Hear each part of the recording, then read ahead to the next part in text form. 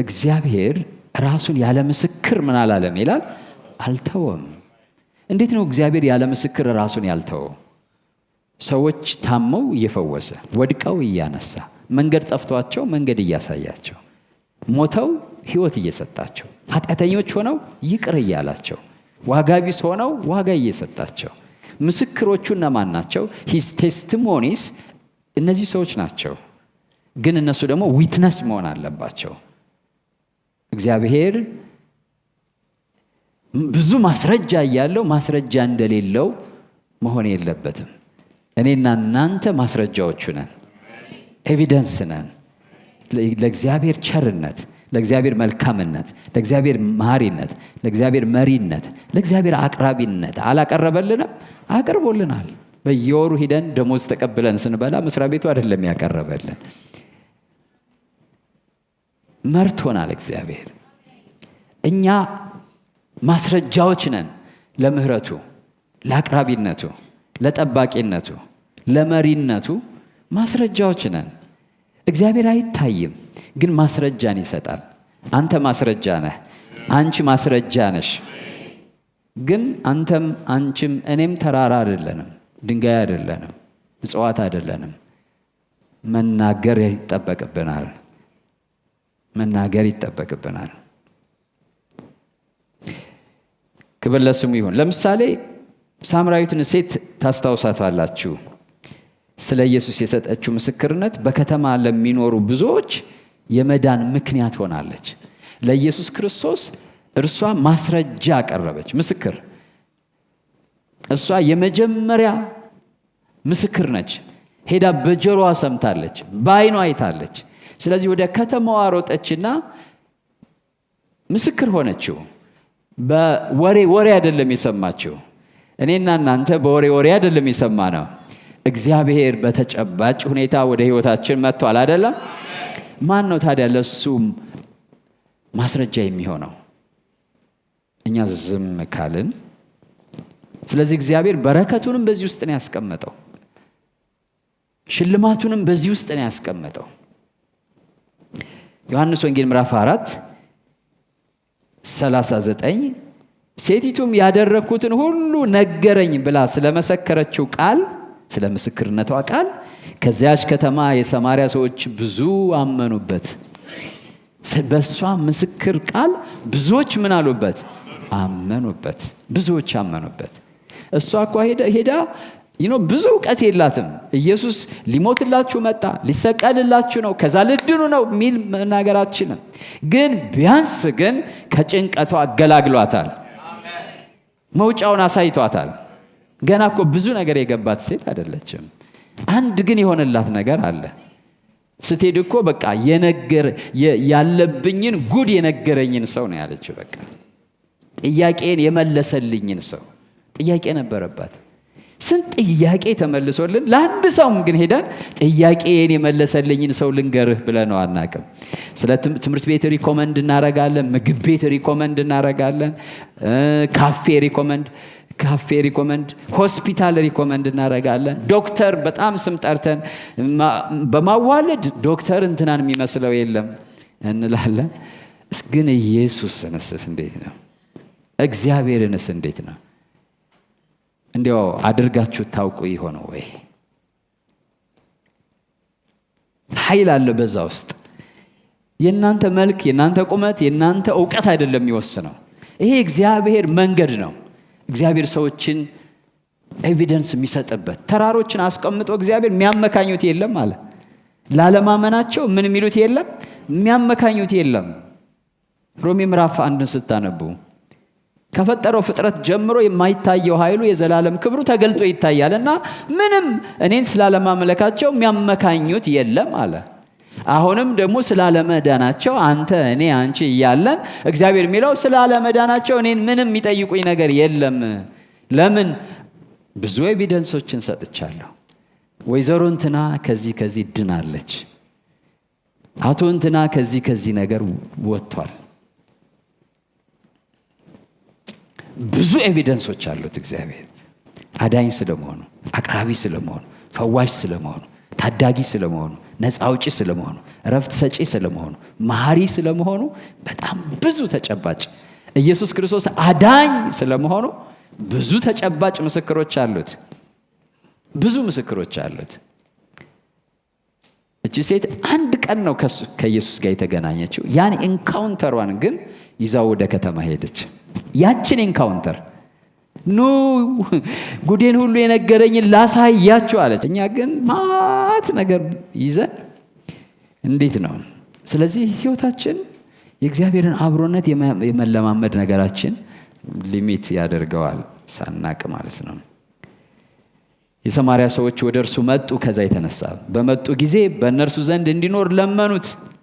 ባሱ እነሱ ማለት ነው። በዚያ 2 ቀን ያህል ኖረ። ስለ ቃሉ ከፊተኞች ይልቅ ብዙ ሰዎች አመኑ። በአንዲት ሴት ማለት ነው፣ ሰማርያ ብዙ ሰዎች አመኑ። ባለፈው አንዴ ጸልየናል። እግዚአብሔር በር ያድርጋችሁ ብዬ ጸልያለሁ። ዛሬ ጸልያለሁ በምስክርነታችሁ ቃል እግዚአብሔር ለአንድ ከተማ በር ያድርጋችሁ፣ ለአንድ ቤተሰብ በር ያድርጋችሁ፣ ለአንድ አገር በር ያድርጋችሁ። የምን በር? ወንጌል የሚገባበት በር፣ ኢየሱስ ወደዛ ቤት የሚገባበት ደጅ ያድርጋችሁ እግዚአብሔር። በአንድ ሰው ነው ኢየሱስ ሁሌ የሚገባው። አንድ ሰው ነው የሚፈልገው። አንድ ኮንታክት ፐርሰን ይፈልጋል ጌታ ኢየሱስ። አንድ ኮንታክት ፐርሰን ለሱ የሚመሰክር።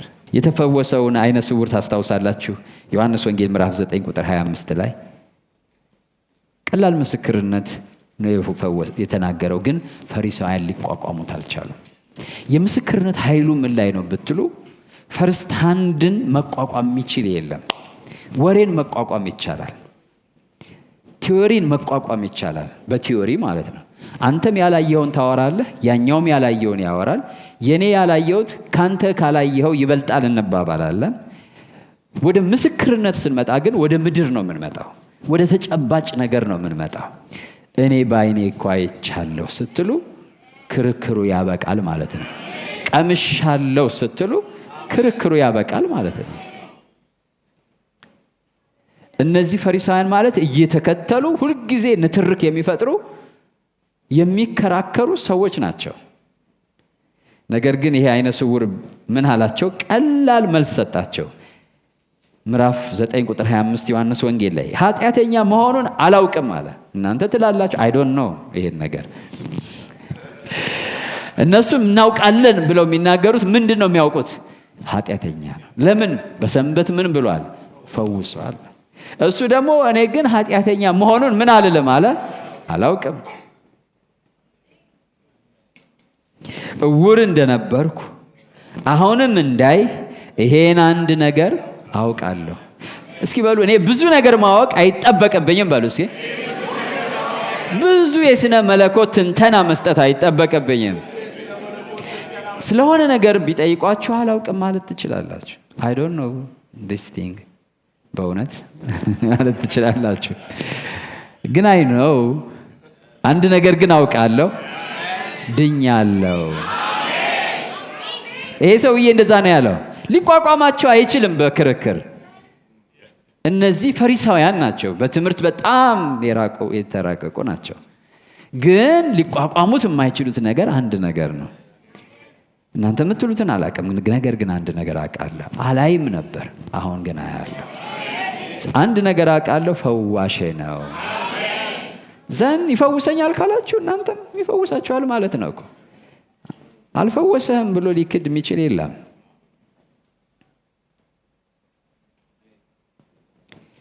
ክብር ለስሙ ይሁን። ስለዚህ ሰዎችን ወደ እግዚአብሔር ያመጣል። ቅድም እንዳልኩት የወገኖችን እምነት ያበረታል። አንደኛ ተሰሎንቄ ምዕራፍ 1 ከ5-10 ብታነቡ የተሰሎንቄ ሰዎች ምስክርነት እንዴት ተጽዕኖ እንደፈጠረ ታነባላችሁ። ዕብራውያን ምዕራፍ 10 ቁጥር 23-25 ምስክርነታችን እስከ ፍጻሜው አጥብቀን እንያዝ የሚለውን ክፍል ታገኛላችሁ።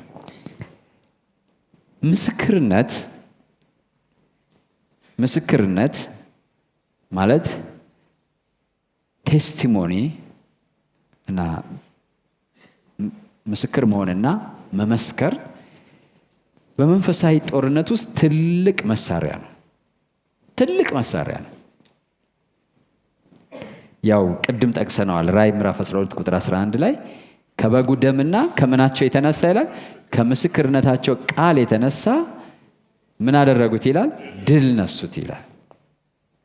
በክርስቶስ መስዋዕትነትና በእግዚአብሔር ቀጣይነት ያለው የማዳን ስራ ላይ ያለን የግል ምስክርነት ከዲያብሎስ ክስና ከማታለሉ ጠንካራ መከላከያ ነው። የዲያብሎስን ሽንገላ መቃወም ምን ትችሉ ዘንድ አይደለም ይላል። ስለዚህ የዲያብሎስ ትልቁ ፓወር ያለው ሽንገላ ነው። ምስክርነት ደግሞ ቅድም ያልኩት ምንድነው? ያያችሁትን፣ የተረዳችሁትን እውነቱን እሱን መናገር ነው። ሽንገላ እንዳይቆም ያደርጋል ማለት ነው።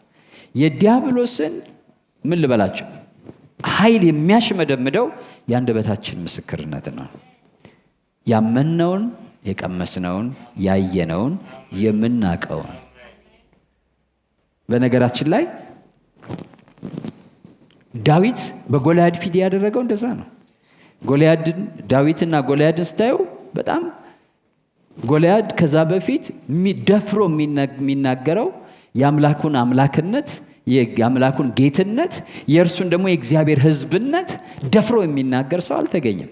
40 ቀን እየወጣ እየታያቸው እየፎከረባቸው እየዛተባቸው ሽምድምዳቸውን አውጥቷቸዋል።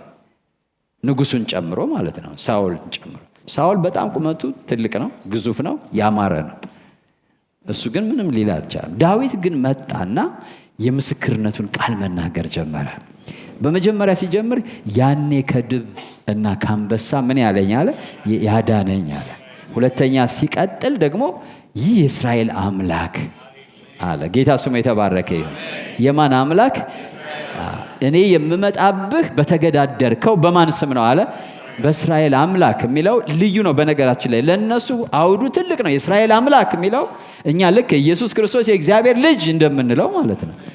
የእስራኤል አምላክ እኛ አሁን በናዝሬቱ በኢየሱስ የምንለው ብዙ ኢየሱሶች አሉ፣ ግን ናዝሬት ከተማ የተወለደው ከቅድስት ድንግል ማርያም የመጣው ብለን ስፔሲፊክ ለማድረግ ነው።